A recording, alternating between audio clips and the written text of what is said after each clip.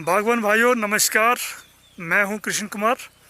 आशा करता हूं आप सब कोरोना के इस दौर में अपने परिवार सहित अपने घर पर स्वस्थ होंगे, सुरक्षित होंगे और अपना बागवानी का काम भी आप अच्छे तरीके से कर रहे होंगे। तो मैं अभी अपने सेब के बगीचे में हूं, समुद्र तल से 6300 फुट की ऊंचाई पर। और आज स्प्रे का टाइम निश्चित किया गया है। मौसम भी बढ़िया है, एकदम सुहावना मौसम है। तो बगीचे में स्प्रे चल रही है मटर के दाने के आकार के स्टेज पर, पी साइज स्टेज पर।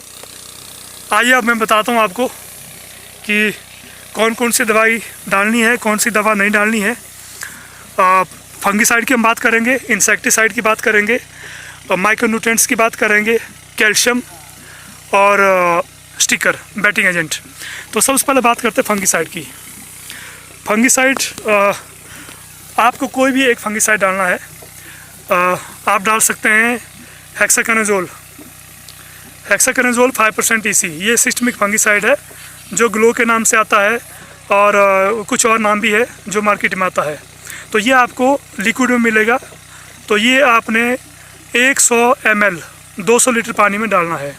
100 ml 200 लीटर पानी में। अगर आपके पास ये नहीं है तो फिर आप रोको के नाम से जो आता है थियोफिनेट मिथाइल 70% WP, तो रोको के नाम से आता है। ये भी सिस्टमिक फंगिसाइड है। तो ये आपने 100 ग्राम 200 लीटर पानी में आप डाल सकते हैं कोई भी। अगर आपके पास ये भी नहीं है तो आप कार्बेंडाजिम 50% बेट पाउडर WP, ये बेबिस्टिन के नाम से आता है, बेबिस्टिन के नाम से आता है, कोई भी आप डालिए। या फिर आपके पास इंडोफिल का भी ये आता है, कार्बेंडाजिम 50% WP बेनफिल के नाम से, सिस्टमिक फंगिसाइड। आप इनमें से कोई सा एक फंगिसाइड आप इस्तेमाल कर सकते हैं। पाउडर फॉर्म में है तो 100 ग्राम 200 लीटर पानी में, और यदि लिक्विड फॉर्म में है तो 100 ml 200 लीटर पानी में डालना है। मैं यहाँ पर आपको एक चीज़ ये भी बताना चाहूँगा कि यदि आपके बगीचे में कोई किसी तरह की कोई दिक्कत नहीं है तो आप चाहें तो फंगिसाइड अभी अवॉइड भी कर सकते हैं। अगर आपने पहले कोई भी फंगिसाइड किया है जो स्कैब के लिए है तो आपको अभी और साथ में आपका जो बगीचा है वो सनी एरिया में है, बहुत ज़्यादा मॉइस्चर नहीं है वहाँ पर, तो आप फंगिसाइड को अवॉइड भी कर सकते हैं।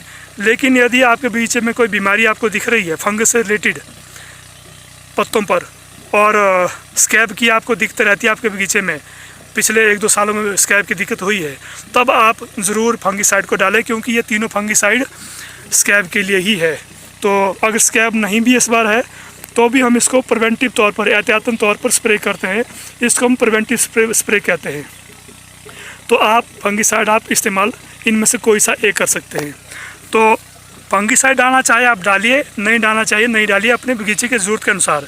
लेकिन जब हम इंसेक्टिसाइड की हम बात करते हैं तो इंसेक्टिसाइड के लिए आपको इस बार इंसेक्टिसाइड की स्प्रे करनी ही होगी, क्योंकि अभी पत्तों के रस को चूसने वाले कीड़े आते हैं जो क्लोरोफिल को चट कर जाते हैं, और फ्रूट बोरर आते हैं जो फल छेदक कीड़े होते हैं।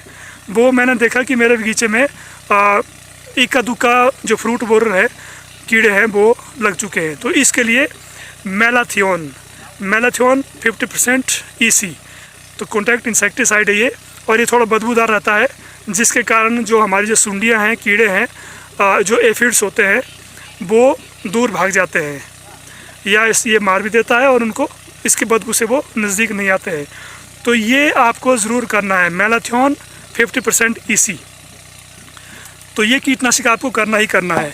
यदि आपको लगता है कि आपके बगीचे में भी कीड़े नहीं हैं तो भी मैं आपको सुझाव दूंगा कि इसकी स्प्रे आप ज़रूर कीजिए, क्योंकि आने वाला टाइम में वो कीड़े दिक्कत करेंगे ही करेंगे, आपके फल में छेद डालेंगे और जो पत्ते हैं उनका रस वो चूसेंगे, चट कर जाएंगे, जिससे इस साल की फसल तो ख़त्म होगी ही होगी, अगले साल की फसल भी ख़राब होगी, बीमे मजबूत नहीं हो पाएंगे। उसके बाद फंगिसाइड और इंसेक्टिसाइड की बात हो गई। तो अब माइक्रोन्यूट्रिएंट्स की बात करें।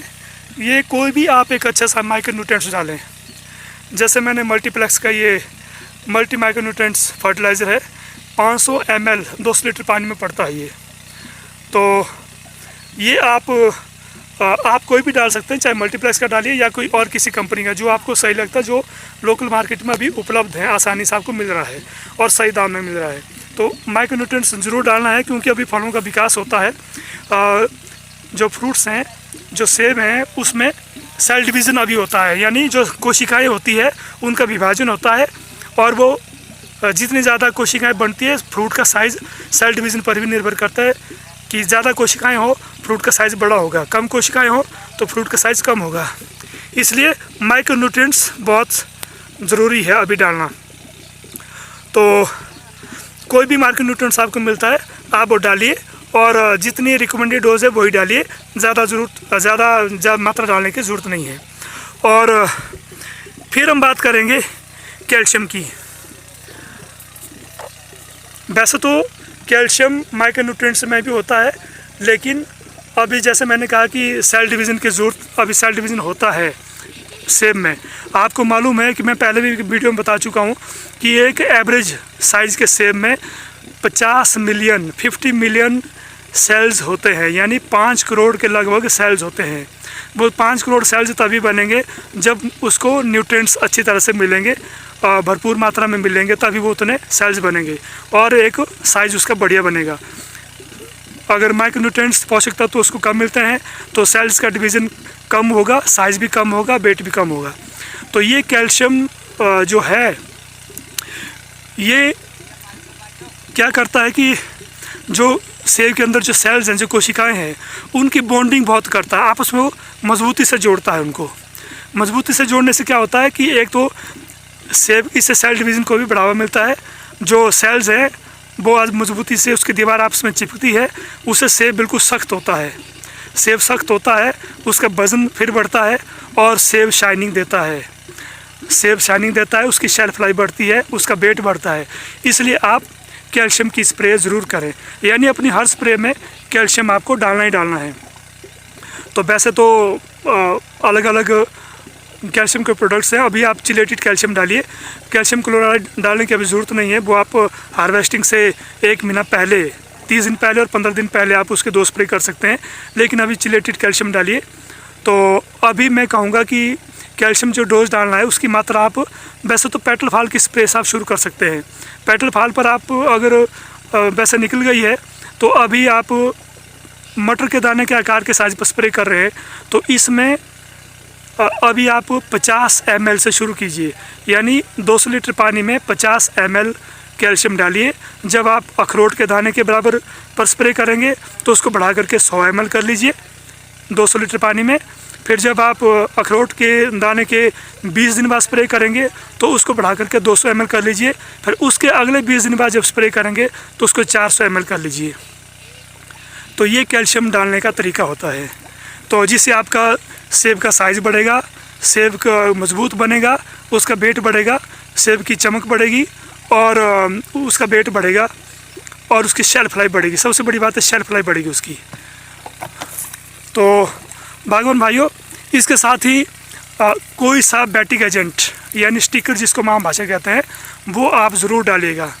कोई भी अच्छा सा बैटिक एजेंट, तो जो भी 100 ml 200 ml 200 लीटर पानी में डालना है वो उस पर डिपेंड करता है कि आपने कौन सा इस्तेमाल किया ये बैटिक एजेंट।